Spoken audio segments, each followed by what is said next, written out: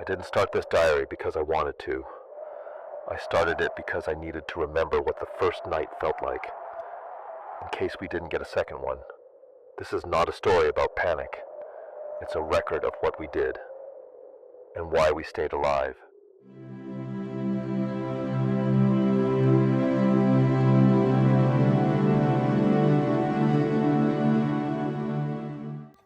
The first blast. Entry 1, the day. Everything changed. Morning. I woke up before my alarm, and for a few seconds I didn't know why. That's not unusual. I've always been a light sleeper. But that morning there was a tightness in my chest I couldn't place yet. Not fear exactly, just pressure, like I'd forgotten something important. The room was dark, quiet, the kind of quiet that only exists before the rest of the house wakes up. I lay there and listened. The furnace kicked on. Somewhere outside, a car passed on the road. The house settled. Small pops and creaks that I'd heard 1,000 times before and never thought about. I stared at the ceiling and thought about work. That's the part that bothers me now. I was thinking about emails, about deadlines, about a meeting later in the day that I didn't want to sit through. I wasn't thinking about the world, or the news, or the things I'd been quietly preparing for in the background of my life. Eventually, I got up. Routine. Everything about the morning was routine. Coffee brewed. The smell filled the kitchen. I packed a lunch I wouldn't eat. The boys woke up one by one. The oldest already talking, already forming opinions about his day. The middle one trailing behind him, copying his words. The youngest moving slower, still half in his dreams. My wife moved through the kitchen like she always did. Efficient, calm, familiar. Nothing felt urgent. That's what normal looks like. Work. Work blurred together. Screens. Conversations. People pretending the future is predictable. At one point, I found myself scrolling through news headlines, not really reading them, just confirming nothing had changed in the last 10 minutes. I caught myself doing it. Closed the app. Went back to pretending spreadsheets mattered. Someone joked about how tense the world felt lately. I smiled and said nothing. I'd learned a long time ago that people don't want to hear preparedness out loud. They want it abstract, hypothetical, something that happens to other people. The drive home. The drive home was quiet. Traffic moved normally. Stoplights cycled like they always had. The radio played music. No interruptions. No alerts. No strange tones cutting in. I stopped at a red light and glanced around. A woman adjusting her rearview mirror. A man tapping on his steering wheel. A kid in the back seat staring at a glowing screen. Everyone was moving forward, assuming tomorrow was guaranteed. I remember thinking, if something happens, it won't feel real at first. Then the light turned green. Evening. Dinner happened. Homework happened. Baths happened. I helped brush teeth, read a short story, answered the same questions I always answered. The boys went to bed without any trouble that night. I stood in the hallway for a moment after turning off the lights, listening to their breathing, letting the quiet settle. Nothing felt wrong. That's what makes it dangerous. Before sleep. My wife and I sat on the couch, the TV on low. Neither of us was really watching. I checked my phone again. Headlines looked the same. Nothing flashing, nothing urgent. I remember thinking, maybe I'm just wired this way. Always preparing, always waiting. Eventually, we turned the lights off and went upstairs. I set my phone on the nightstand like I always did. At 10:37 p.m., I closed my eyes. 10:41 p.m., the alert. The sound ripped me out of sleep. Not gradually, not gently. It felt like someone had grabbed me by the chest and yanked me awake. The emergency alert tone was already screaming before I even understood what I was hearing. My heart slammed hard enough that I felt dizzy. My wife gasped and sat upright beside me. For half a second, I couldn't move. Then training kicked in. I grabbed the phone. My fingers felt clumsy, like they weren't fully connected to my hands yet. The screen glowed white in the dark. Emergency alert. Missile impact confirmed. Multiple detonations. Approximately 100 miles west. Seek immediate shelter. I read it once, then again, then a third time, slower, like maybe the words would change. They didn't. My wife said my name. That snapped me back into my body. Switch flipped. Something in me shut off. Not emotion. Panic control. I didn't shout, didn't swear, didn't hesitate. Okay, I said. We're moving. Now. The word okay felt ridiculous, but it kept my voice steady. I reached for the headlamp on the nightstand. Red light, lowest setting. My wife mirrored me without a word. We talked about this. That mattered. Waking the boys. The boys woke up confused, groggy, scared more by our tone than anything else. The oldest asked why my phone was screaming. The middle one asked if something was wrong. The youngest just reached for me, eyes half open. I didn't explain missiles. I didn't explain nuclear weapons. I said, we're going downstairs for a bit, just like we practiced. Practice turned chaos into motion. Shoes stayed off, sweatshirts on, headlamps glowing faint red. Downstairs. The basement felt colder, heavier.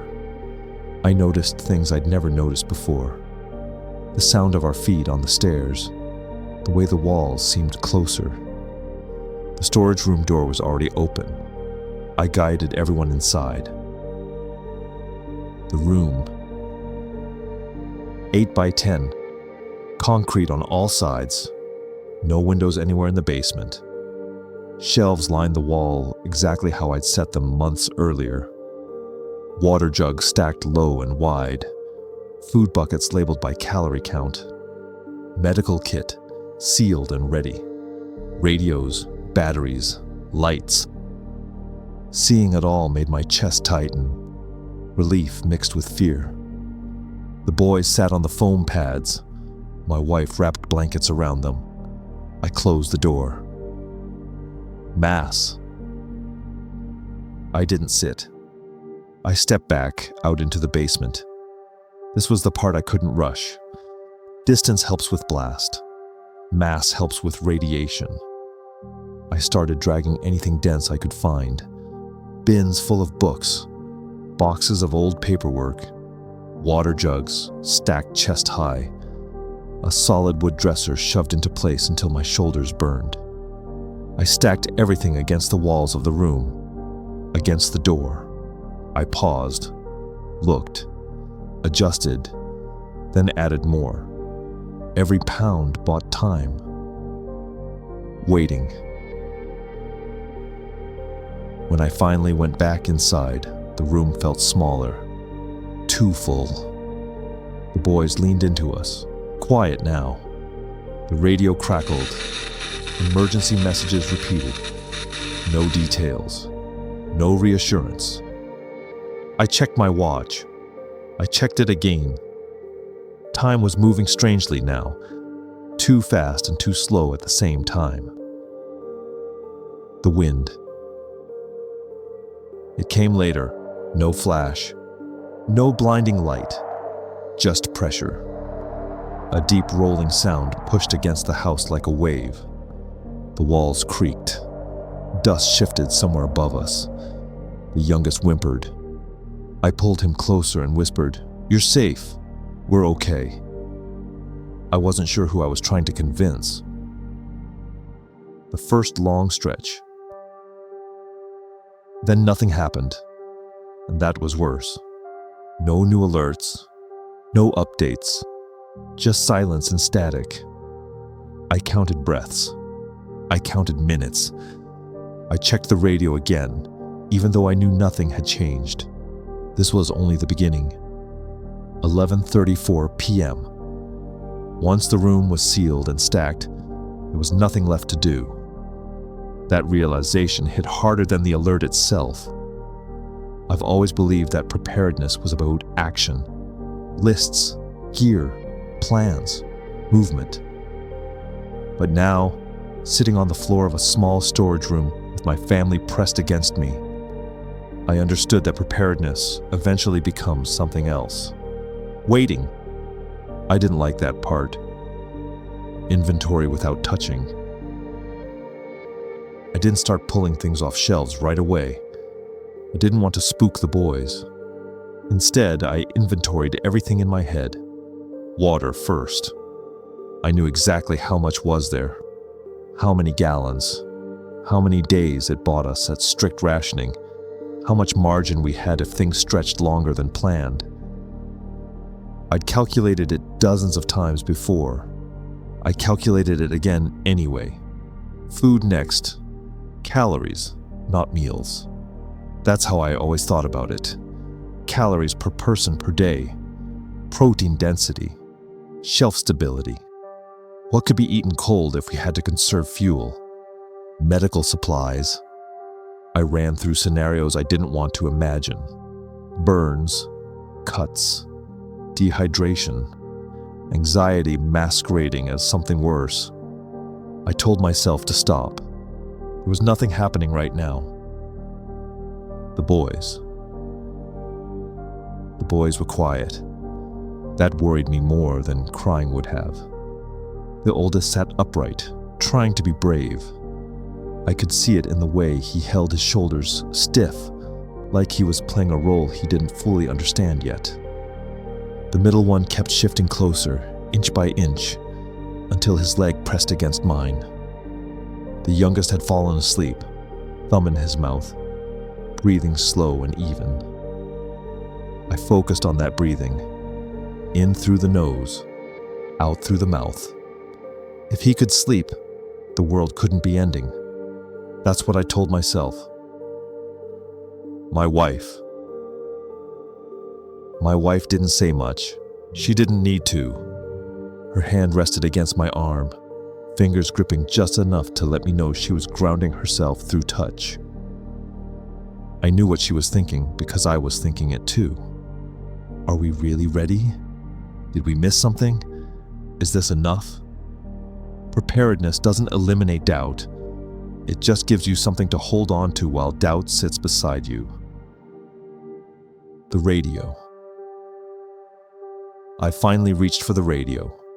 Slowly, deliberately. I didn't want the boys associating it with panic. I turned the volume down low, just enough that I could hear it if I leaned in. Static. Then a voice. Calm. Flat. Practiced. They repeated the same message we'd already heard upstairs. Impact confirmed. Multiple detonations. Seek shelter. Remain sheltered. No timelines. No reassurance. That was intentional. I understood that. Still didn't like it. Mental math. My brain wouldn't stop calculating. Distance from the reported impacts. Wind direction. I tried to remember the forecast from earlier in the day. Time to fallout arrival. I pictured invisible particles drifting down, settling on roofs, yards, streets. I imagined people outside. I forced myself to stop. That kind of thinking didn't help anyone in this room. Checking the seal. I stood up slowly. The room felt tighter when I moved. I checked the plastic sheeting around the door again, pressing tape down with my thumb, smoothing edges that didn't need smoothing. I knew it was fine. I checked anyway. I checked the air gap, the filter setup, the placement of supplies so nothing blocked airflow. I told myself I was being thorough. Really, I was burning nervous energy. Time slips. Minutes stopped behaving normally. 10 minutes felt like an hour. An hour felt like nothing. I checked my watch again. Still before midnight. That surprised me. I had expected more time to have passed. That's when I realized how long this night might feel. First sounds above us. Somewhere upstairs, the house shifted. Pipes clicked. The furnace kicked on and off. Every sound made my heart jump before my brain caught up. I listened carefully for things I didn't want to hear. Sirens, shouting, breaking glass. There was none of that. Just the normal sounds of a house continuing to exist. That felt surreal. Explaining without explaining. The oldest finally whispered, "Dad?" I leaned closer. "What's going on?" I paused. I chose my words carefully. "There was a big explosion far away," I said. "We're staying down here for a bit to be extra safe." "Are we in trouble?" I shook my head. "No, we're prepared." That word mattered. Prepared. He nodded and leaned back against the wall. He didn't ask more. That hurt. Water. I handed out water next. Not because anyone was thirsty. Because routine matters. Small sips. I made a mental note of how much we used. I always did. The wind. Again. Sometime later, I didn't know how long, the house groaned softly. Not loud, just enough. A pressure wave, delayed and tired by the distance. The boys stirred. The youngest whimpered again. I pulled him closer, my hand on his back, feeling the rise and fall. Still breathing. That mattered more than anything else. Radio update. The radio crackled again. A new message this time. Remain sheltered. Fallout expected within the hour. Do not go outside. I closed my eyes for a moment. This was the window I'd prepared for. This was why the room existed. Final checks. I went through everything one more time. Lighting, minimal. Batteries, untouched. Food, sealed. Medical, accessible. Bathroom setup, ready but unused. I told myself we were exactly where we needed to be. I believed it. Mostly. Trying to rest. I sat back down. Leaning against the wall, I finally let my head rest. My body was exhausted. My mind refused to follow. Every scenario tried to play out at once. I forced myself to focus on small things. Counting breaths. Feeling my wife's hand. Listening to the radio hum. Preparedness, I realized, wasn't about being fearless. It was about functioning while afraid. After midnight. At some point, midnight passed. I knew because I checked my watch and felt a strange sense of relief that the day had changed.